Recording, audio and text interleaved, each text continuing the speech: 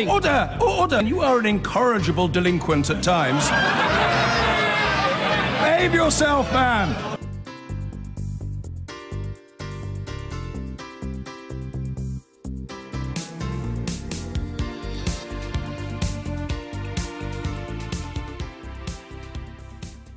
Order. Urgent question. Emily Thornbury. Thank you, Mr. Speaker. To ask the Secretary of State for Foreign and Commonwealth Affairs to make a statement on the case of the British-Iranian national, Ms. Nazanin Zaghari-Ratcliffe. Secretary of State for Foreign and Commonwealth Affairs, Secretary Boris Johnson. Thank you, Mr. Speaker. I should like to make a statement on the case of Nazanin Zaghari-Ratcliffe in response to the Honourable Lady. The whole House will join me in expressing our deep concern about the ordeal of this young mother who has spent the last 19 months in jail in Iran. And every honourable member will join the government in urging the Iranian authorities to release her on humanitarian grounds. I spoke by phone to her husband, Richard Ratcliffe, yesterday, and we agreed to meet later this week. I told Mr. Ratcliffe that the whole country is behind him, and we all want to see his wife home safely. In view of the understandable concern, I propose to describe the background to Mrs. Zaghari-Ratcliffe's case and the efforts the government is making to secure her release. In April last year, she was visiting her relations in Iran, along with her daughter, Gabriella, who was then only 22 months old, when she was arrested at Imam Khomeini Airport in Tehran while trying to board her flight back to the UK. The British government has no doubt that Mrs. Zaghari-Ratcliffe was in Iran on holiday, and that was the sole purpose of her visit. As I said in the House last week, my remarks on the subject before the Foreign Affairs Select Committee could and should have been clearer. And I acknowledge that the words I used were open to being misinterpreted, and I apologise. I apologise to Mrs. Zaghari-Ratcliffe and her family if I have inadvertently caused them any further anguish. The House should bear in mind that Iran's regime and no one else has chosen to separate this mother from her infant daughter for reasons that even they find it difficult to explain or describe.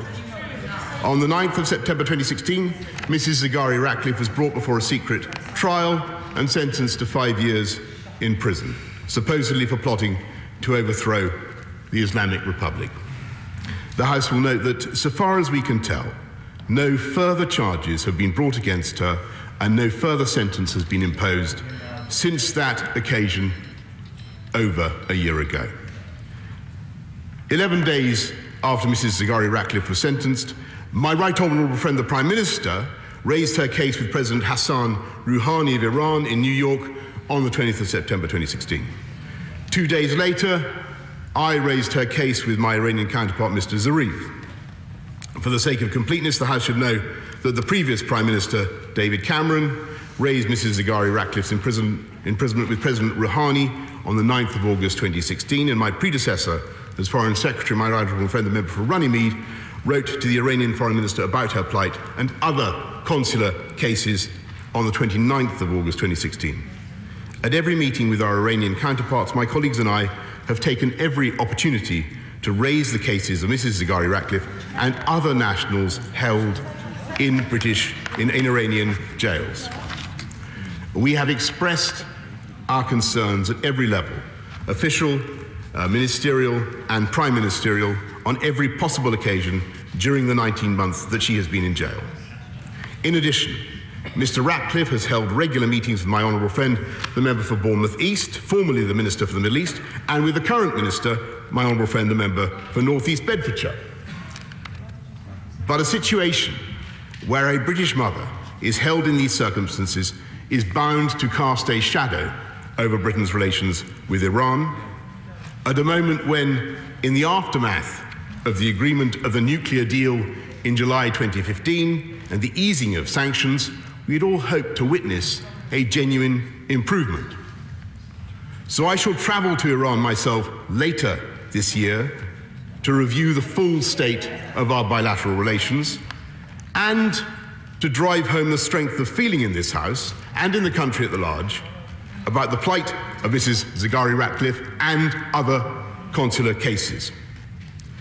In order to maximise the chances of achieving progress, I would venture to say that honourable members should place the focus of responsibility on those who are keeping Mrs. Zaghari-Ratcliffe behind bars and who have the power to release her whenever they so choose. And we should be united in our demand that the humanitarian reasons for releasing her are so overwhelming that if Iran cares about its reputation in this country, then its leaders will do now what is manifestly right, and I commend this statement to the House. And the Shadow Foreign Secretary, just for the avoidance of doubt, the Foreign Secretary has responded to an urgent question in the course of which he has very properly made remarks. But it is important, as others in the House can testify from past experience, to distinguish between a response to an urgent question on the one hand and the proffering by government of a statement on the other. Emily Thornberry.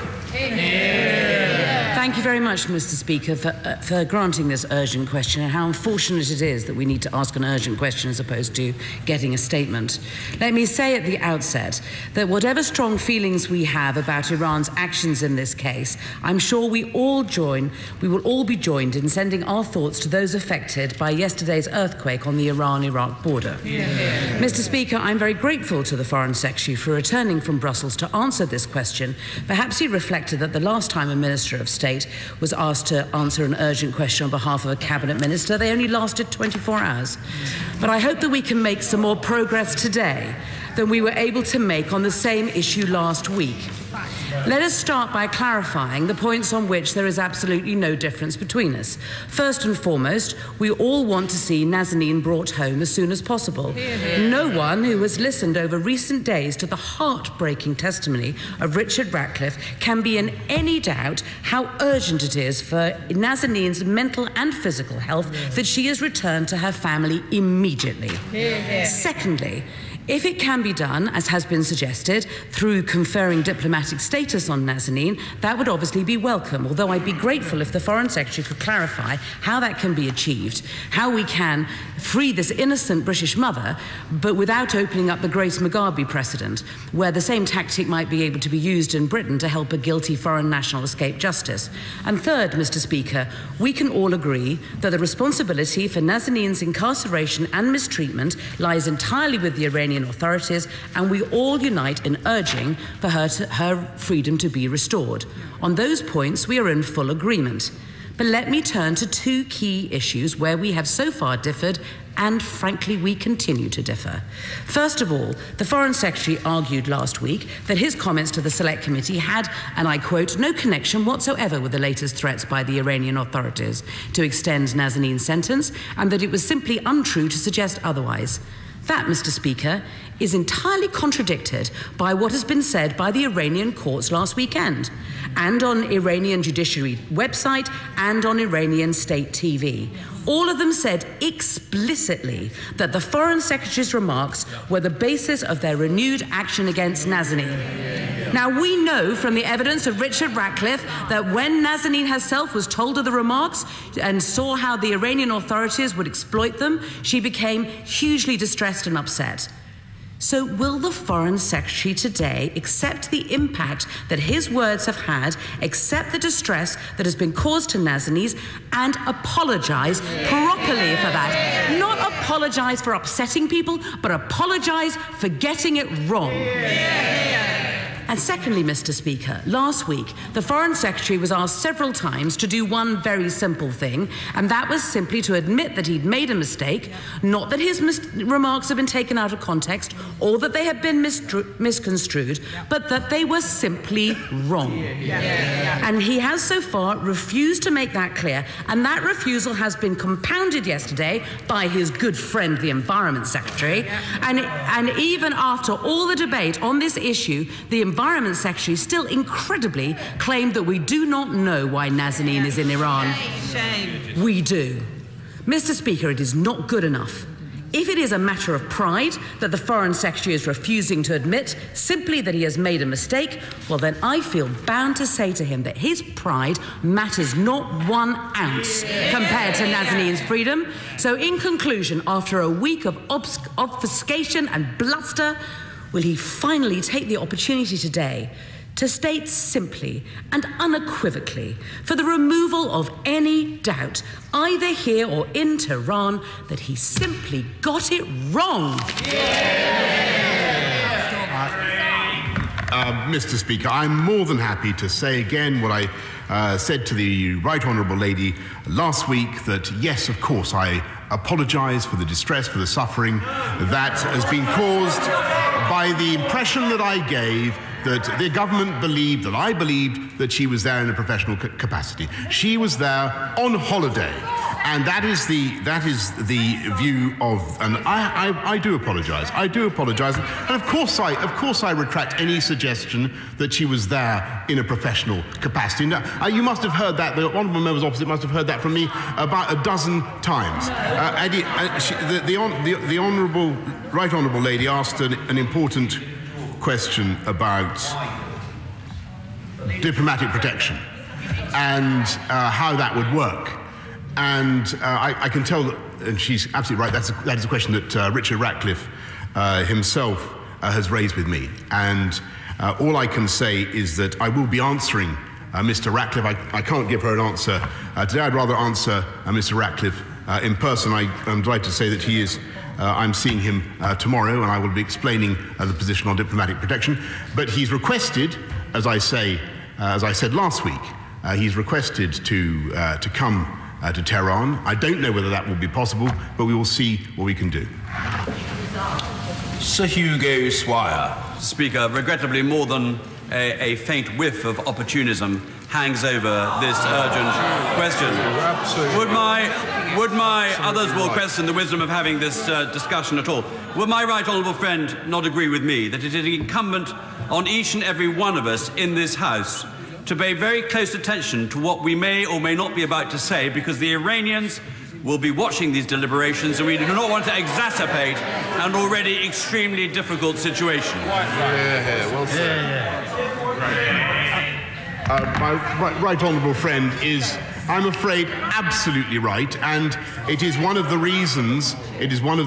Why it's so important that we remain very, very careful in what we say about the entire case. Hannah Bardell. Thank you very much, Mr. Speaker. I hope today that the Secretary of State is reflecting very seriously on his position and the position that he holds, not just in this government but in society. Because for Nazanin, it would be reasonable to assume that when the Secretary of State got involved in her case, it might make things better. Unfortunately, in this situation, it has made it very much worse. And why was another cabinet member not briefed properly and said live on television he did not know why she was there? What is going on in the heart of this government? As a direct result of these reckless comments, Nazanin is now in an increasingly perilous situation, which has given Iranian authorities added cause for keeping her locked up on false and arbitrary grounds. His apology is welcome, but he must reflect, as must the government, on how they do their business, how they protect our citizens. So what guarantee will he give that Nazanin will be granted diplomatic protection and be brought home? Because the Foreign Secretary and his colleagues must make very clear that they are able to do their jobs and they are able to protect our citizens. Mr. Speaker, our priority is to secure the safe return of Nazanin Zaghari-Ratcliffe, and all other considerations all other political considerations are entirely secondary. But the only other thing that we have to bear in mind is the safety and well-being of the other consular cases in Iran, which is very important. I should say, I said to the Right Honourable Lady I was seeing Mr. Ratcliffe tomorrow. I'm in fact seeing him on Wednesday. Dr. Julian Lewis. As an ardent Churchillian, does my right honourable friend accept that this has not been his finest hour? But before the opposition make too much of that, may I urge them to avoid headlines such as that in The Independent Online, where it says Boris Johnson should resign if British mother stays in Iranian jail for even one more day. The Iranian regime plays politics with hostages. And does my right honourable friend agree that if they believe that they can get rid of a British Foreign Secretary by jailing a hostage for longer, they will jail that hostage for longer?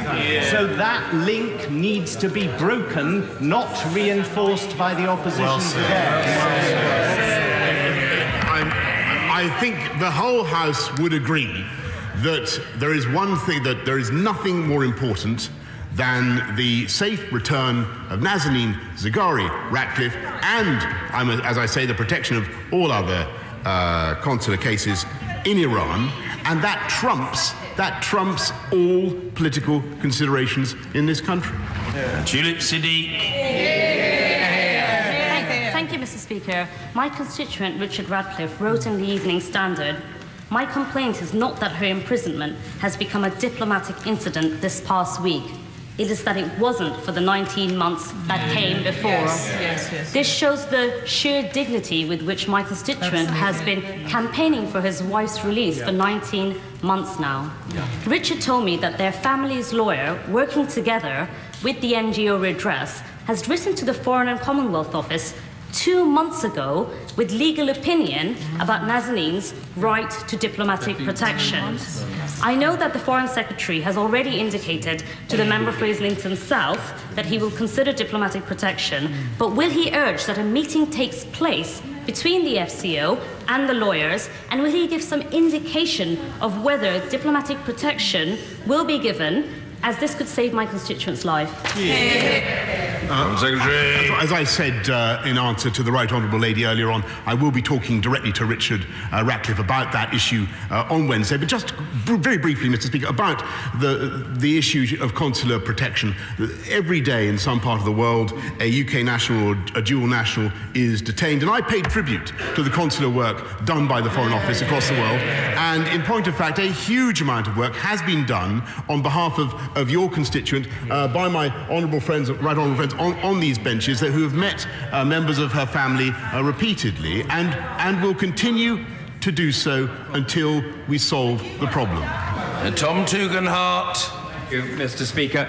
I'm very glad that the Foreign Secretary has made his statement today. Would he agree with me, however, that this poor woman who is separated from her child is being used not only as a political football, sadly, here, but also in Iran, where the Iranian Republican Guard is effectively fighting with the Khomeinite authoritarian regime in its own way? Would he perhaps consider calling upon people in our own system who may be able to talk to the mullahs, perhaps asking the Archbishop of Canterbury or indeed the Holy Father to speak on behalf of this woman and seek to broker her release?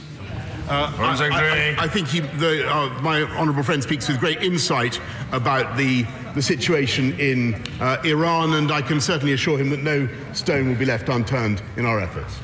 Chris Bryant. From my own experience of trying to get 2 British nationals out of jail in Laos in 2009, what you need when you're dealing with a very difficult country is you need to be absolutely committed and persistent. You need to go to bed every night worrying about what's happening to that British national in another country. Absolutely. You need to be very disciplined, and you need to make sure that every single member of the government is speaking with the same voice. The Foreign Secretary couldn't possibly argue that that is what has happened in this case.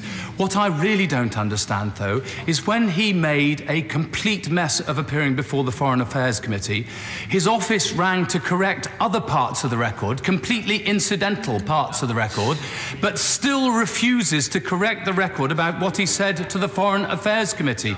Will he do so now? Because otherwise, frankly, he will have learnt nothing from this. Secretary. Mr. Speaker, I believe I've corrected the record several times already and explained the position.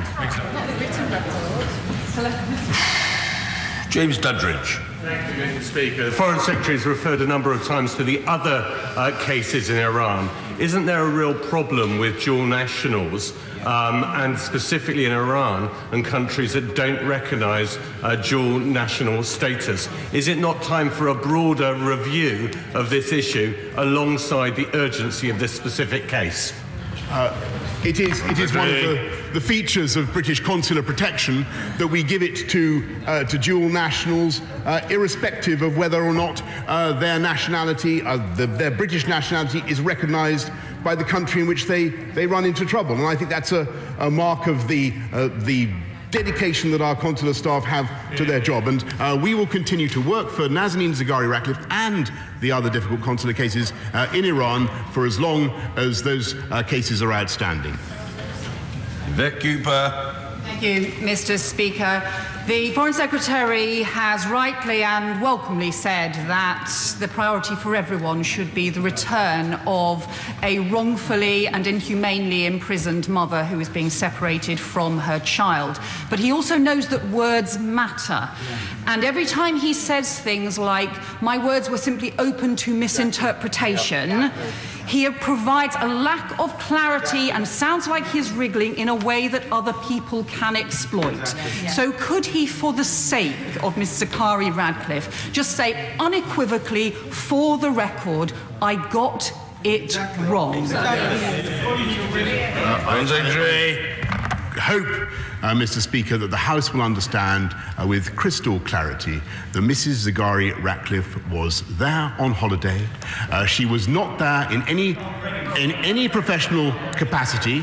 Insofar as people got a different impression of what I was saying at the FAC, that was my mistake. That was my mistake. I should have been clearer. Listen to what I'm saying with great respect. I should have been clearer. It was my mistake. I should have been clearer, and I apologise for the distress. I apologise for the distress and anguish that has been caused to Mrs. Zaghari-Ratcliffe and her family. And our priority now is to do everything we can to get her out of Iran on humanitarian grounds. Mr. Crispin Blunt. My right honourable friend should know that he has the support of everyone on these benches in his efforts to secure the release of Mrs. Zaghari-Ratcliffe. Understanding how difficult this is, having already been raised twice this case at head of government level, it's very difficult to see how the government could have done more. And does he agree with me that the prospects of her release are not being assisted by the rather unedifying spectacle of the pursuit of his scalp? As I say, Mr. Speaker, I think the paramount concern of everybody in this House is not narrow party political concerns, is it? It's not. It's the safe, secure return of Nazanin Zaghari-Ratcliffe, and that's what we're working for. Mr. Ben Bradshaw.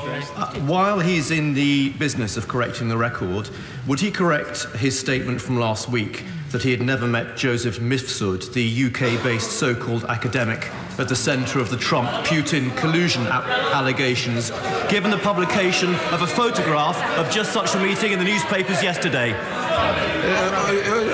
There's all sorts of flailing and waving of arms. It's not statesmanlike, and the source from which it emanates is a source from which I usually expect the most statesmanlike conduct. However, the question does suffer from the disadvantage that it is not even adjacent to, it doesn't even hover over, it doesn't buzz around the urgent question that has been posed. So the right honourable gentleman will have to pursue other opportunities to favour the House with his thoughts or to seek to extricate from the mind of the Foreign Secretary his own. On that point, we'll leave it there for now. Now, I'm sure we can expect a wholly orderly question from the honourable gentleman, the member for North East Somerset, very likely delivered in a sentence with no split infinitive, and it might even be a series of sentences amounting to a lucid paragraph. Mr. Jacob Rees-Mogg. Thank you, Mr. Speaker, for that generous introduction.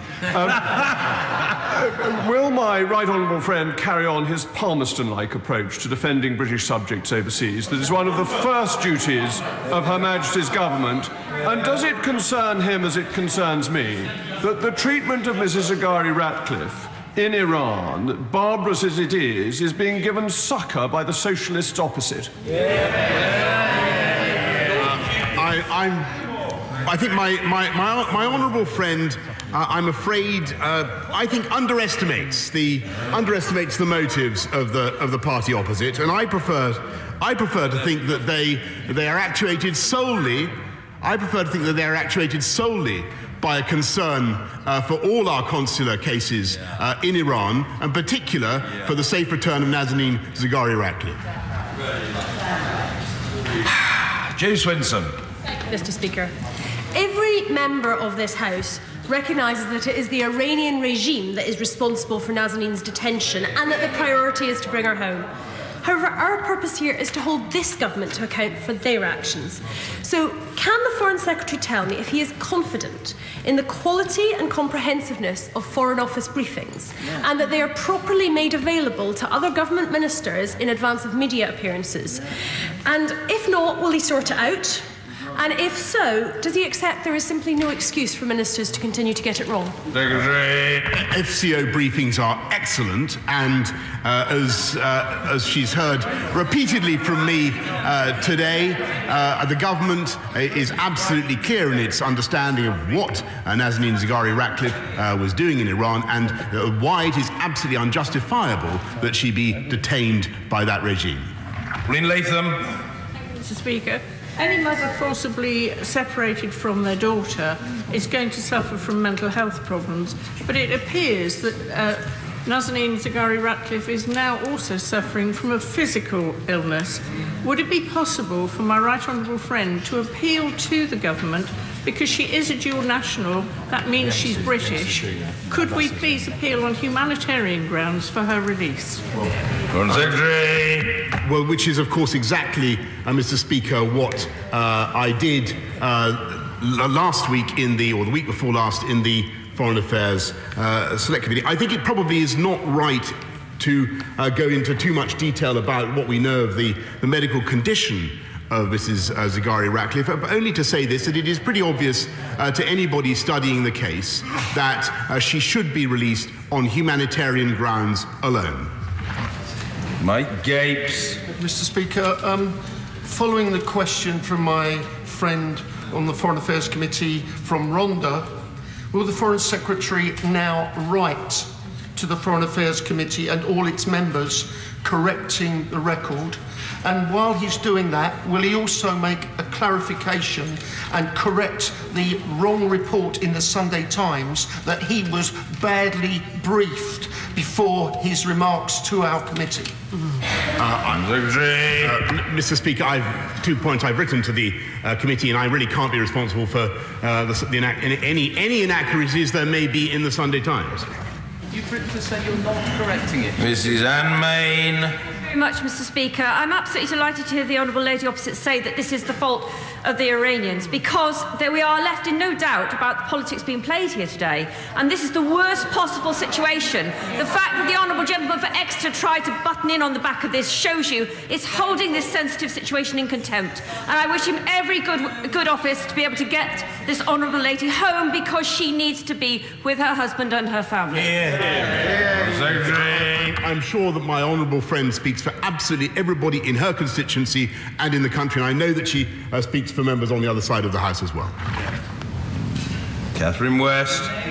Speaker, over 1 year ago, the United Nations Group on Arbitrary Detention ruled that Nazanin's detention was arbitrary and referred her case to the Special Rapporteur.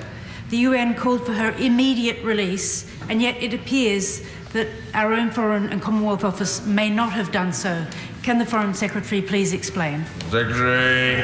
Yes. That is a very good question, if I may say so. And the answer is that we do not normally call for the release of consular cases, because very often that exacerbates their position. In this particular case, as the House knows, a couple of weeks ago, I have called for her release on humanitarian grounds. Bob Stewart. Thank you, Mr. Speaker. Could I ask my right honourable friend how many other British subjects are jailed in Iran, and has he got any idea, has my right honourable friend got any idea, what actually the Iranians want to release this lady?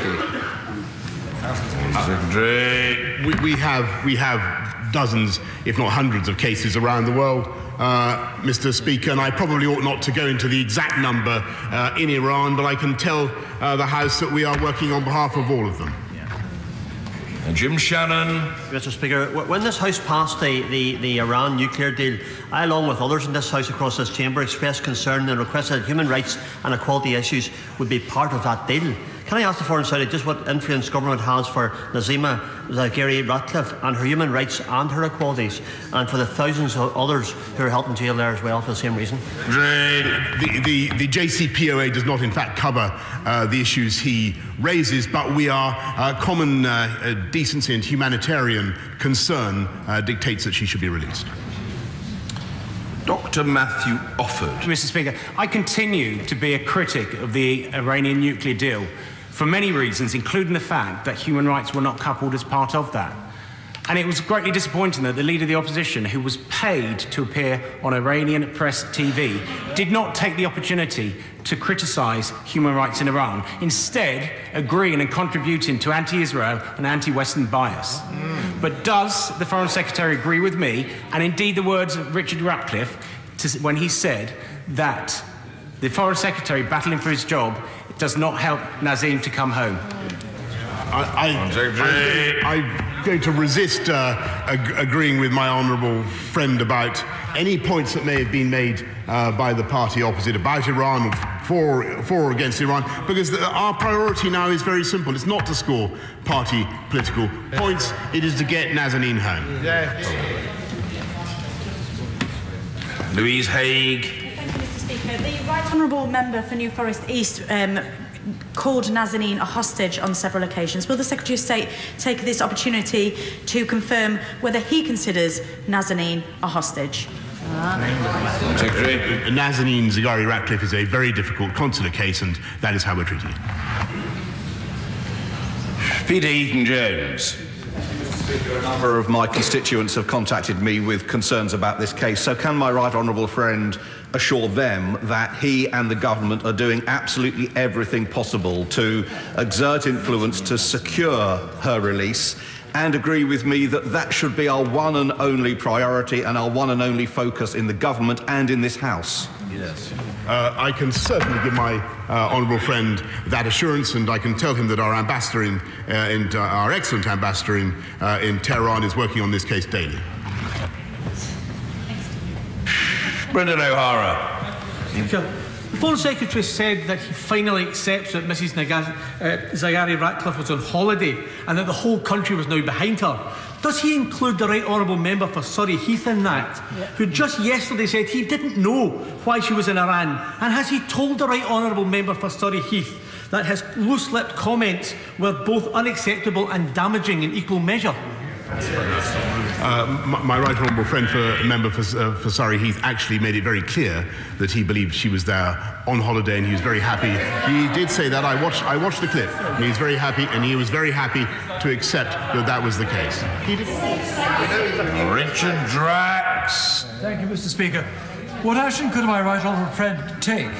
What action can my right honourable friend take, or the British government take, if Mrs Zaghari-Ratcliffe is not released? Because I'm assuming there's a danger that if we are under a hostage situation and we don't win this case, there are dangers of others being taken in a similar sort of basis.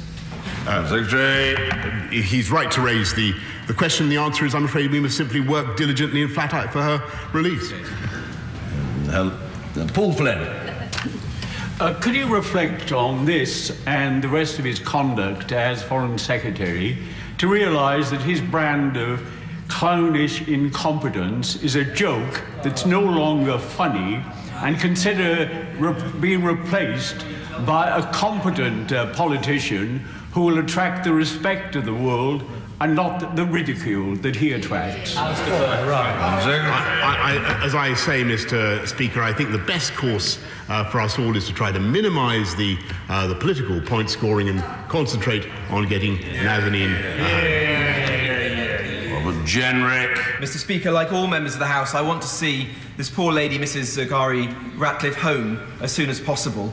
But in reflecting upon the proposal that she achieve or be given diplomatic protection, would my right honourable friend, the Foreign Secretary, reassure the House that no steps will be taken in this case that would put into jeopardy the safety of British diplomats around the world today, and indeed the diplomats of any other Western country, who must be our main priority in this case? thank him for the question, and I pay tribute to the work of British diplomats who do put themselves in harm's way and in danger across the world the whole time, and we will, of course, bear that consideration in mind. Alan Brown. Thank you, Mr. Speaker. If the government's been top of this since day one, and his department's briefings are so comprehensive, can you explain why the Secretary of State for DEFRA, his fellow letter writer, actually said in an remark he would take her husband's assurance that the British Iranian citizens' holiday? That's hardly a ringing endorsement and hardly something that's up to speed with facts. What's he going to do to make sure his cabinet colleagues are fully briefed? Mr. Speaker, with great respect to the honourable gentleman, I believe I answered that question a couple of goes ago. Tom Pursglove. Thank you, Mr. Speaker. Can my right honourable friend assure the House that all of the appropriate help and support is being provided to Mr. Ratcliffe and his family, given what a difficult period this is for them? I pay tribute to Richard Ratcliffe and the indefatigable way that he has campaigned for his wife's release. And I can tell you that the door of the Foreign Office has been continually open to him, and he has had many meetings, I believe, with my honourable friends on these benches here, and he will continue to have full access until such time as we sort out the appalling case of his wife. Mr. Kevin Brennan. Thank you, Mr. Speaker. The furthest the Foreign Secretary seems prepared to go in his response was to say that his words last week were open to be misinterpreted. Now, does he understand that? I don't think they were misinterpreted. He said from a sedentary position earlier on, what else could I say? He could simply say, I got it wrong. And that would be helpful because it would give a clear signal that the government is serious about saying that she wasn't there for the purposes he suggested last week. Will he just say, I got it wrong? As I've said, I'm grateful to him. As I've said many times, both today and last week, it was wrong of me to say that she was there in a professional capacity. She was there on holiday, and I apologise again for the distress and anxiety that those words have caused. And the most important thing that we can do now, I think, is to make sure that that point is clearly understood, not just in this place, but around the world, and work hard together, united rather than divided as a country, to get her home. That is, I think, in the best interests of Nazanin Zaghari-Ratcliffe. Richard Graham. Mr. Speaker, in my experience as a diplomat, there is no harder call than whether public or private diplomacy is more effective at helping Britons in jail abroad.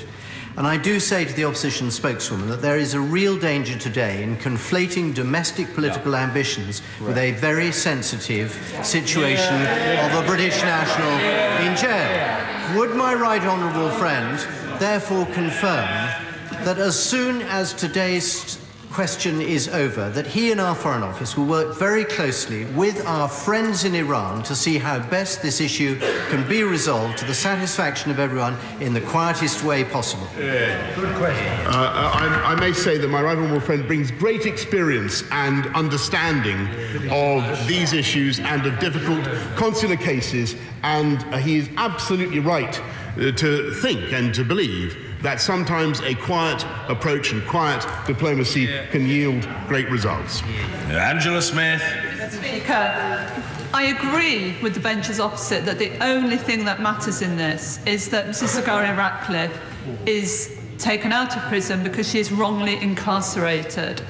But that does depend on the Foreign Secretary raising his game, as Amnesty International suggested earlier this year. So will he commit, after having met Richard Ratcliffe, to coming back to this place and making a statement which will absolutely make it clear that he will now do everything in his power to get Mrs. Zaghari-Ratcliffe home? Well, Mr. Speaker, I'm not certain that it would be right to make another statement, or even whether you'd grant me permission to make another statement after meeting Mr. Ratcliffe. But what I can certainly tell the House is that I do believe it would be appropriate, following any trip to Iran that it may be possible to organise, it would certainly be appropriate to make a statement then. Richard. does my right honourable friend agree with me that members of this House accepting huge amounts of money for appearing on Iranian state broadcaster is the danger of giving a regime legitimacy which is holding UK citizens without grounds to do so? Yes, I'm grateful to my honourable friend, but again, if I may say so, that is for the benches opposite to answer and not for me. Leda Moran. I spoke last week of the roller coaster of emotions that the whole family are going through. Speaking with my constituents who are members of that family today, it's fair to say that over the weekend it has got worse, especially following reports of the deterioration of Nazanin's health. Seeing her husband as soon as possible must be a high priority too. I understand from his phone call with the Foreign Secretary that Richard Ratcliffe has asked to accompany him on his forthcoming visit, but also that he has full protection when he does. May I ask simply what progress has been made on that point? Secretary. I will be seeing Mr. Ratcliffe in the course of the next couple of days, and we will explore all those issues in full. Clive Efford. Mr. Speaker, Richard Ratcliffe's representatives wrote to the Foreign Office requesting diplomatic protection for Mrs. Ratcliffe over 2 months ago. Can the Foreign Secretary say what consideration was given to that request? And has the Foreign Secretary's position on that changed since his appearance before the Foreign Affairs Select Committee? As I said in answer, I think, first of all, to the Right Honourable Lady, on the question of diplomatic protection, I will be talking to Mr. Ratcliffe in person. I will then inform the House about how we intend to proceed. Patrick Grady. Thank you, Mr. Speaker. Constituents of mine, including the Glasgow West End Amnesty Group, have consistently called for Nazanin's release. Can we take it from what the Foreign Secretary was saying earlier on, or can he clarify whether or not, in all the times when her issue has been raised with the Iranian authorities, how often has her release specifically been called for? Is that just the past couple of weeks, or has it been longer? We have consistently asked for her release on humanitarian grounds, and I know the whole House will want to echo that call today. Helen James. Contrary to what he keeps saying, the Foreign Secretary's words to the Foreign Affairs Committee were not capable of misinterpretation. They were clear but wrong. And whether deliberately or through carelessness, he put a British citizen at risk from an arbitrary and authoritarian regime. Can I now give him yet a further chance to apologise, not for anything else, but for the words he got wrong at that committee? His high office demands that he take responsibility. I think in fairness, the House will acknowledge I have apologised repeatedly, not just for the mistake, but for the way, of course, in which it was taken, and any extra suffering or anguish that my words caused. But the most important thing, as I say, is that I think there is a unanimity in the House today about our objective, and may I respectfully say that I think that is where we should focus, and that would be by far the most effective way of communicating the will of the British people to the people of Iran. And we feel very strongly that on humanitarian grounds, Nazanin should come home. Michael Fabricant. While it is right and proper, of course, that this House should discuss this important matter, is it also not the case that it would be detrimental if we do so by megaphone diplomacy? And does he not think it also a sad irony if the Iranian government should get comfort and succour by some of the things that have been said in the House today? Which is an extremely good point, and of course it is the case that most of our consular successes, including in Iran, I may say, are done by a quiet, behind-the-scenes diplomacy. Nick Dakin. Mr. Speaker, should the British Foreign Secretary be careful, accurate and diplomatic in the words they choose at all times? The answer to that is of course. Mr. Gavin Newlands. Thank you very much, Mr. Speaker. A constituent and family friend of Nazanin's attended my surgery at the weekend to convey her fears over Nazanin's mental well-being, as she's now been separated from her daughter for over 500 days. The Foreign Secretary said that he'd visit Iran sometime later this year, so can he guarantee that no stone will be left unturned to ensure that Gabriella will see her mum by the end of this year? Yes, I can certainly say that no stone will be left unturned on behalf of Nazanin Zaghari-Ratcliffe, indeed on behalf of all the other consular cases in Iran. What I cannot, alas, guarantee is that we will have the result that he wants, but it won't be for want of trying. Christian Matheson. Mr. Speaker, if I was in jail in Iran for a crime I didn't commit, I have to say I couldn't hope for a better Member of Parliament than my honourable friend, the Member for Hampstead and Kilburn. I hope the Foreign Secretary will pay tribute to her. Mr. Ratcliffe has close family in my constituency, including a former well-respected Lord Mayor of Chester.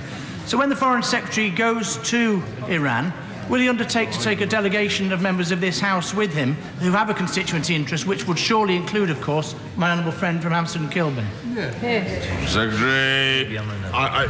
If I may, I don't want to disappoint the honourable member who's a close follower of these issues. And I join him in paying tribute, by the way, to the work of the honourable lady, because she has been assiduous, and I was very glad to have a meeting with her the other day. I cannot guarantee at this stage that we will have such a delegation. I think one thing at a time, if I may say.